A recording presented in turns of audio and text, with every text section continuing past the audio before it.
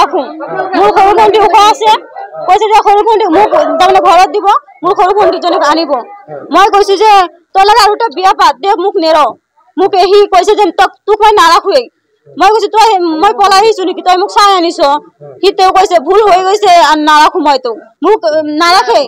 তাৰ ডাঙৰ দাদা আছে ডাঙৰ দাদা ঘৈণীয়েক নাই কৈছে যে তাৰ দাদাৰ কাৰণে মোক ৰাখিব মই কি তাৰ দাদাৰ লগত আহিছো নেকি তাৰ লগত আহিছো না ঘৰৰ পৰা